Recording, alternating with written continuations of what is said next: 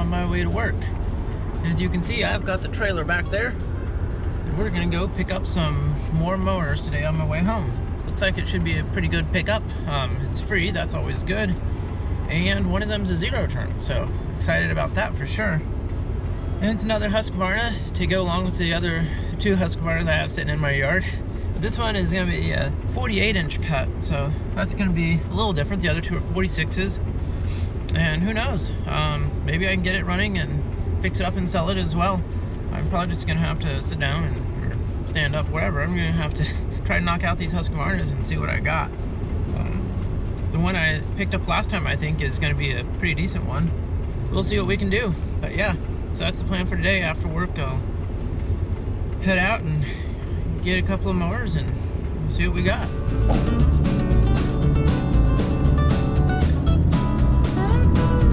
Kind of pretty out here. We've got some flat down here by the river, and I just came out of some hills back there.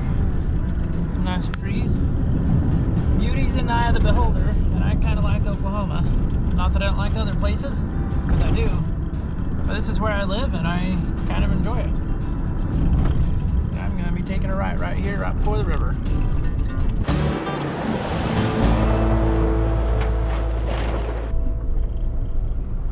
Oh yeah, I think I see the mower over there. All right, so I just left there, and I realized I left my GoPro in the truck, so I'm out here picking it up. But I thought I'd show you what we got here. This is an older Husqvarna Z4818, and somebody has swapped in a 16-horse Vanguard there. And this here is a Craftsman LT 2000. And the story on this one is that the belts are broken, and that's kind of the main issue. This one, he couldn't quite get it running, but he didn't really want to spend a lot of time on it. It turns out he's actually a mower repair shop, a small one, and he got this thinking he could fix it up easy because somebody told him it just needed a fuel pump, but he didn't really want to spend any more time on it. So I may take that to heart and not spend time on it myself, except for to try to part it out and sell the transmission or use it for parts for the other 0 turns that we've got back at home. I got to use the winch a little bit, but he pushed on that first mower with one of his mowers. But he's a really neat guy, and he has a mower repair business, like I think I may have mentioned. And I learned quite a bit from him. It was a lot of fun talking to him, and just kind of learning more about the market and other options and possibilities, and just hearing his experience in general. It makes me think that maybe I should possibly get into working on mowers for people. I just barely dabbled into it, didn't know enough about what I was doing and how to charge and stuff, so it just didn't work out very well. It kind of burned me from trying to do that type of work anymore. But if I could do that, it would open up my options so much more. I think it could even be a complementary line of work, because if I do sell parts, then maybe I can sell the people that I'm working on a mower for the parts that I have for sale, and literally be using my boneyard and have another market and outsource for that. You know, it just might all work together really well, complementary. But anyway, yeah, he's had a lot of experience. He had his own car repair shop first, retired from that, and he's done other stuff in between. He's actually done lawn mowing. He said he recommended avoiding lawn mowing. From what his experience, it wasn't very profitable. Later on, he worked at a tractor dealership that did lawnmowers also. So he handled the mower side of stuff. So he has that experience as well to draw upon, how a dealership prices stuff and how they view things. And so he just has a really good knowledge base. And it's nice to be able to meet people like that when you're out doing stuff like this. And he gave me a bunch of his business cards so I can forward other people to him and get him some customers possibly. Let's get on home. All right, so we are home now. So I'll give you one last quick look at them today, because I don't have time to unload these right now. It is interesting that this is has a pull start on there. That is a big engine to try and pull start. That thing is, woo. We'll have to evaluate if this one's worth a engine swap or not, or if they use it as parts for the others, or even if it has the same parts as the other two. The mower is pretty solid looking overall, I would say. Just kind of old and weathered. This hood is a little worse for the wear riding home like that. It's still okay, I think. But this is a Briggs single cylinder 18.5 horse, which will be good. So this one's probably got, you know, $250, $300 worth engine. Transmission's probably $150. So that puts us at our $500 right there. And then the deck, I don't know if we can even sell those Craftsman 42-inch decks anymore. But the deck's probably worth, you know, maybe $100, and the hood's worth probably $75. Except it's bent right there, so I don't know. Other than that, it's pretty clean looking though. This little puppy here, if this was running good and everything worked well, I don't know. I was gonna say it'd be worth around $1,000, but it may not, just because it's a little older. This one may only be worth $800 or something. But it's a 48-inch cut. The other two Husqvarna zero turns, I think those are going to be worth over $1,000, like $1,200. This one here, I just don't know about, especially with the Frankenstein engine on here. I actually maybe I'll pull that off and sell it on for parts on eBay and put in a regular type engine on here. We'll see. But if the tires hold air, that's good. But the deck there is probably worth $150, $200 because it's a 48-inch deck. The transmissions, I don't really know, but just ballparking, they're probably worth a couple $100 a piece, or $150 to $200 a piece, which would be, you know, $300 to $400 plus the deck. So this one's gonna be worth over $500 as well, as if I part it out. So okay, so I have a guy who is interested in buying a hood. Let's go see if we can get pulled off right quick. Sorry for all the jingling. Got some wrenches in my pocket.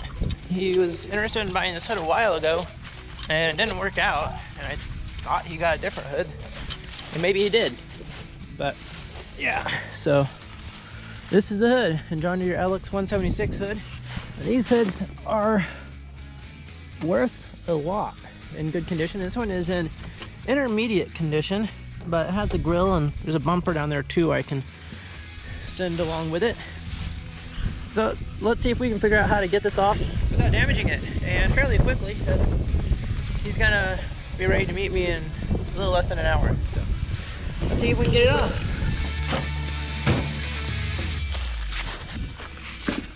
It is not the greatest condition. It's supposed to have a stop that keeps the hood from coming all the way over forward. Why did John Deere make such plastic hoods? These hoods just don't work very well. Okay. If I'm selling him the bumper as well, I might just unbolt here.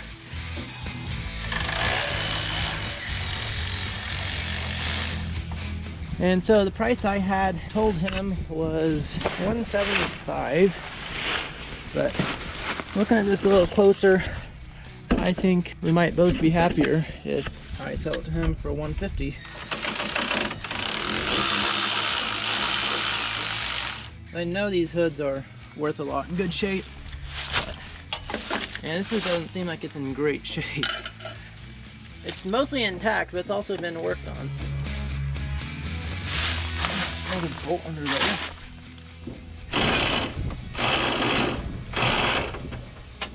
For some reason I feel like it's popping off.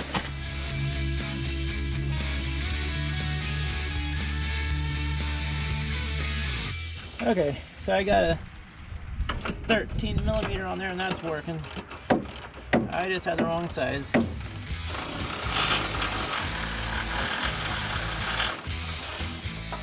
See, a half fits on there about that far. And so it can feel positive when you're like on there, but the 13 goes all the way in.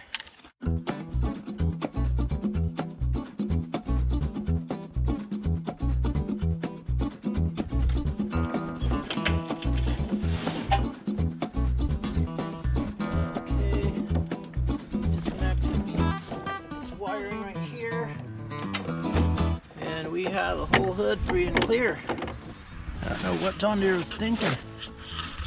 This plastic design. The hood's a good looker overall, but that hinge portion, I mean, you can get a new front bumper pretty cheap. That might help, but still, Somebody did a good repair there with the street sign. I mean, I think that helped. And it kind of even matches the John Deere yellow and black. Let's see if we can load this up in the car and maybe let him know it's not quite as nice as I thought, or we'll just let him know when we see him. We'll see. But yeah, I'm fine taking less than 175 for this, seeing that hinge like that. But I do know these hoods are worth it, so it's a balance. It's tough.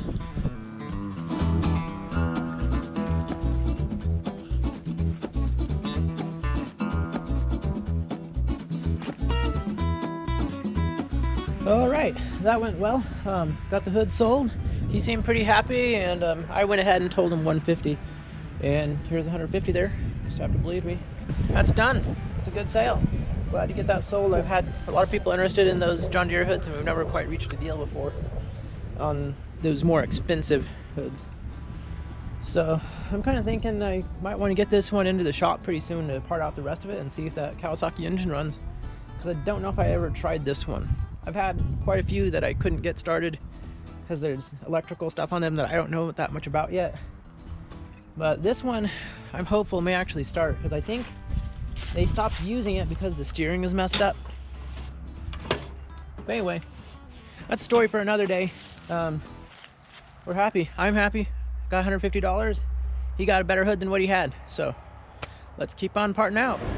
Well, we've got my first sale coming up on a part off one of these free Cadet zero turns that were missing the engines. So I've got somebody that's interested in the back left transaxle transmission, whatever you call it, out of this one. This is the RZT, very similar to the one that I sold for $1,500 earlier this year. We agreed on $250 for that transmission, which I think is a fair price considering it's a local sale and I don't have to package and ship it. That new one's gonna run him probably $600 to $950. I tried to get $300 for it, but right now I don't have that many sales, and it'd be nice to get something sold now. So anyway, need to get this pulled over to the shop or somewhere where I can work on it. You know, see if we can get this thing out.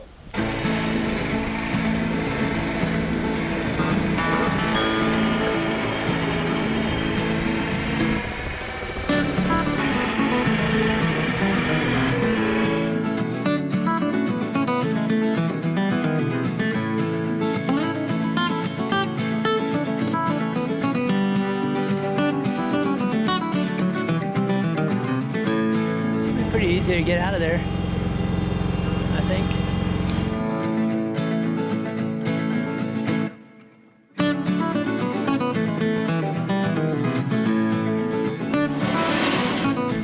Alright, I pulled the back wheels off of here, and those are the bars that go between the two transmissions. You can see that's one of the spots right there they fit into. From there, those two spots to these two spots over here. Got those out of there. A little funky. You have to hold this end here and then undo the nut on the far end, and this thing is just a sleeve that is loose. It spaces them out. So I think there's 3 bolts left really to get this thing off. Here, and one right here. Goes through there. And then of course I need to disconnect that linkage and take the belt off. This bar here should be fine. I think it'll pull through. And yeah, that's about it. So let's get it off. Looks pretty straightforward and simple.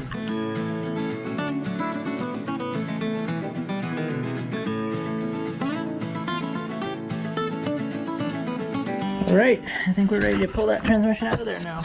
Let's see if we can't drag it out of there. May have to take it off the jack. Might have to fall off the jack. Oh, there we go. Nice. Yeah, transmission looks pretty complete. I think that part there is slightly bent. I don't think that's really important though. Let's drop these bolts in there. One of the bolts was slightly slimy in the middle, so I don't know if this is slightly seeping out of the gap, I mean between the two halves of the transaxle, but there's no leakage signs really, so I'd have to assume that it's fine. When I sell stuff like this, I tell them they have 30 days to bring it back if they have any issues with it. For local stuff. Obviously, if I sell online, it's a little bit of a different story. I want to be a little more sure of it and be more of a refunding case.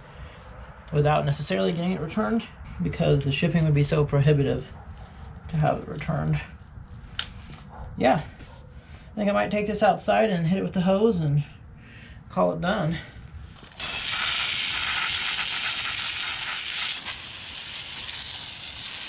So the obvious thing I don't like is the fan blades are somewhat damaged, like a belt got down on them somehow or a stick got up in there.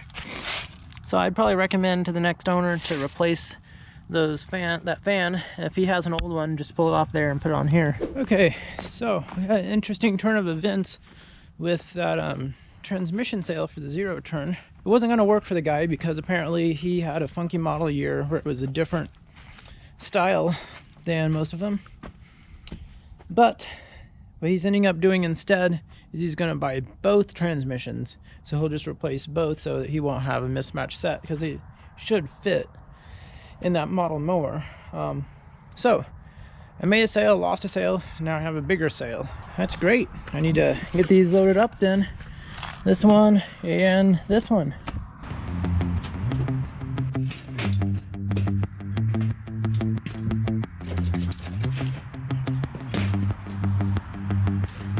All right, well, that went smoothly.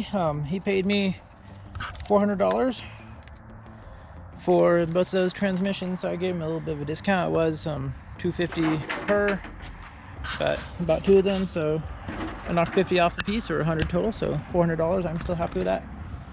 Here's what's left of that mower. I pulled off all the parts I think I want to sell. Yeah, and they're in the shop. The rear wheels, front wheels, steering arms, seat, and a few other miscellaneous parts possibly. Maybe some parts I'll sell off the deck anyway as well. But you know, not bad for a free mower. So of course I don't know for sure those transmissions are good. I think they are. But if they don't work, he's free to return them to me. So we'll see how it goes. We'll see if he returns them from not working or just deciding to go a different route with his project. But yeah, I'm happy. $400 and possibility for more here. We'll see how it goes. Let's go work on something else.